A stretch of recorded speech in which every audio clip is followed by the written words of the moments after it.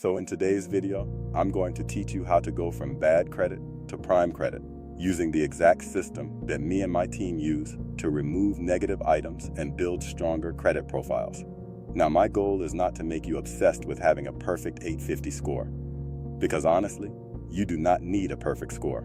You just need to understand how credit actually works and how to position yourself correctly. So first, I want you to understand where you currently stand. If your score is in the 300 to 579 range, then unfortunately you have bad credit. If you're in the 580 to 669 range, your credit is fair. If you're in the 670 to 799 range, your credit is good. And if you're in the 800 range, you are considered excellent. But let me tell you something most people do not realize. The difference between bad credit and prime credit is not luck. It's not race. It's not where you came from. And it's definitely not because somebody else is smarter than you. The difference is simply understanding the system and using the right strategy.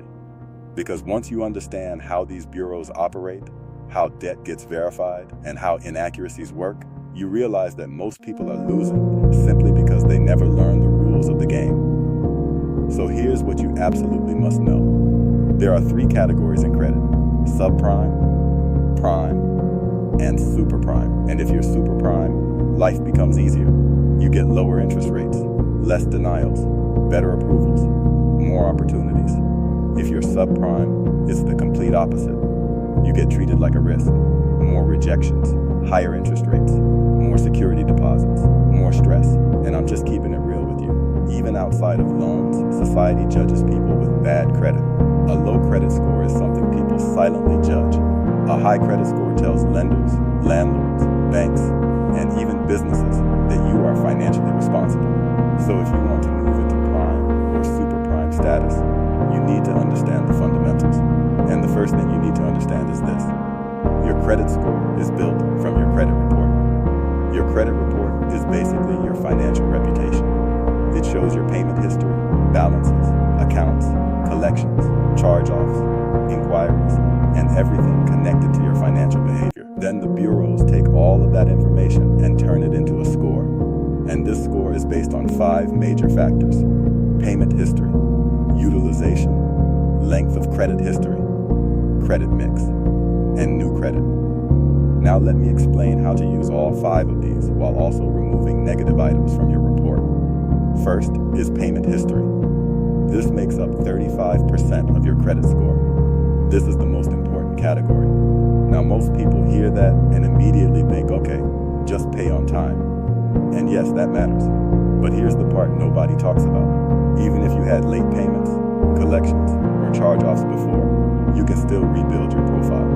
Because negative items are not automatically permanent. Everything on your credit report has to be 100% accurate, 100% verifiable, and 100% timely. Meaning, if something is inaccurate, unverifiable, duplicated, inconsistent, or improperly reported, that becomes leverage for removal. And this is where most people make a mistake. They just stare at the score. But the score is not the real problem. The report is. The report is where all the damage lives. So instead of obsessing over the number, you need to start auditing the actual accounts. And this is where the FCF strategy comes in. Freeze, complaint, file dispute. That's the framework. The first thing you want to do is freeze the secondary bureaus. And the reason for this is because a lot of times the major bureaus use secondary databases to help verify information during disputes. So if you freeze the secondary bureaus, you interrupt part of that verification pipeline. Now the primary secondary bureaus you want to freeze are Innovis, LexisNexis, and SageStream. Because these databases hold massive amounts of consumer information that can sometimes be used during investigations. Once those freezes are in place, now you move to the complaint stage. And the reason complaints are powerful is because your name now starts appearing across multiple compliance systems. You can file complaints through places like the Better Business Bureau, CFPB, or other reporting systems. Now, I'm not saying you lie. I'm not saying you commit fraud. I'm saying you challenge inaccurate, unverified, or unauthorized reporting, because legally, information on your report must be accurate and verifiable. Now, after the complaint stage comes the factual dispute stage, and this is where people either get results or completely fail. Because most people dispute emotionally. They say things like, "This account ruined my life. This isn't fair. Please remove this." That's weak. You need factual disputes. You need evidence. You need inconsistencies. You need proof. So what you're going to do is pull all three reports side by side. Experian, Equifax, TransUnion, and now you start looking for inconsistencies. Because if one bureau reports something differently than another bureau, then something is inaccurate. And if something is inaccurate, now you have leverage. You start with the account numbers. Do they all match? Then the dates opened. Do they all match? Then balances. Payment status. Account type. High limit. Last reported date. Responsibility status. Everything. Because most reports have inconsistencies if you look closely enough.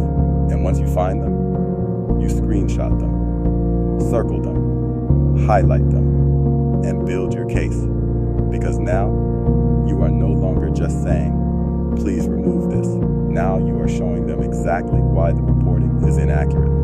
And this is very different from random template disputes. Now moving on to the second biggest factor in your score, utilization. This makes up 30% of your score. And this is one of the fastest ways to increase your score. Utilization is simply how much of your available credit you are using. The lower your utilization, the better your score usually looks. If you max out your cards, lenders see risk.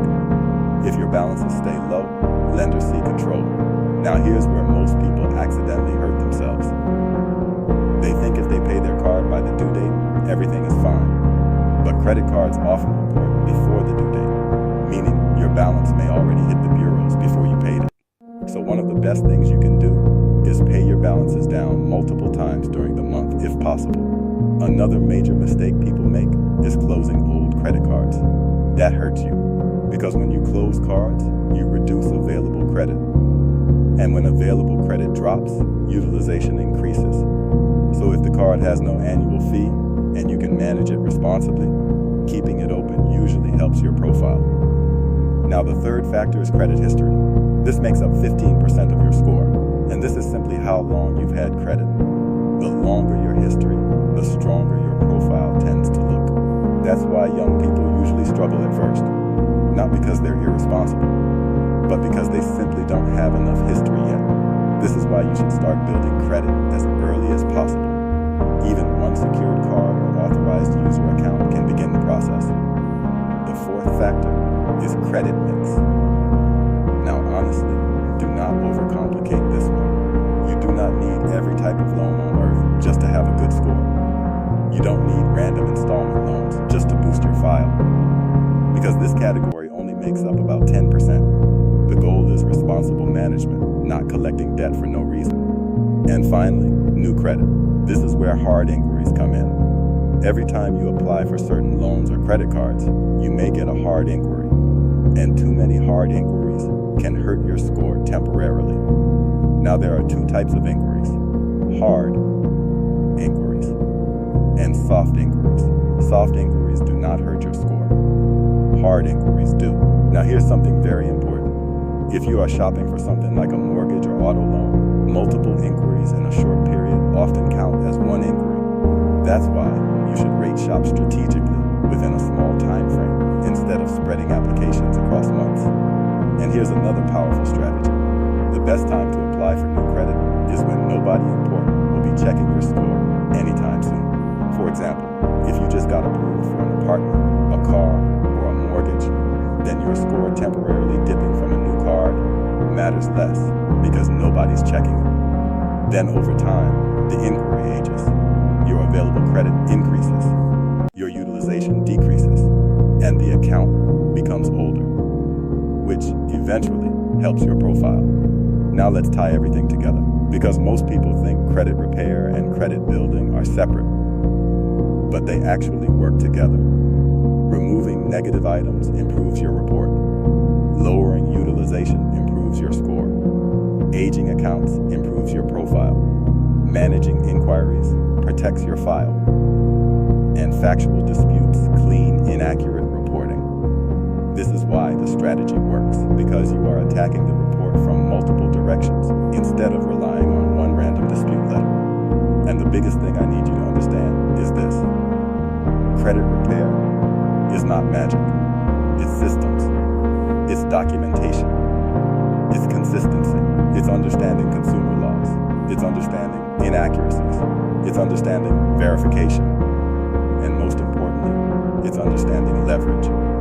Because once you understand that everything on your report must be accurate, timely, and verifiable, your entire mindset changes. Now, you stop feeling powerless. Now you stop thinking collections automatically stay forever. Now you stop believing charge-offs can never be challenged. Now you actually understand how to build a case. So if you have collections, charge-offs, late payments, inquiries, bankruptcies, or anything derogatory on your report, start by pulling all 3 reports. Freeze the secondary bureaus. File your complaints. Highlight inconsistencies. Build factual disputes. Lower your utilization. Make your payments on time and stay consistent. Because prime credit is not built overnight. But if you understand the system and follow the strategy correctly, you can completely change your financial position over time. If you found any of this information helpful, please like and subscribe to the channel. And until next time, take care of your credit and take care of yourself.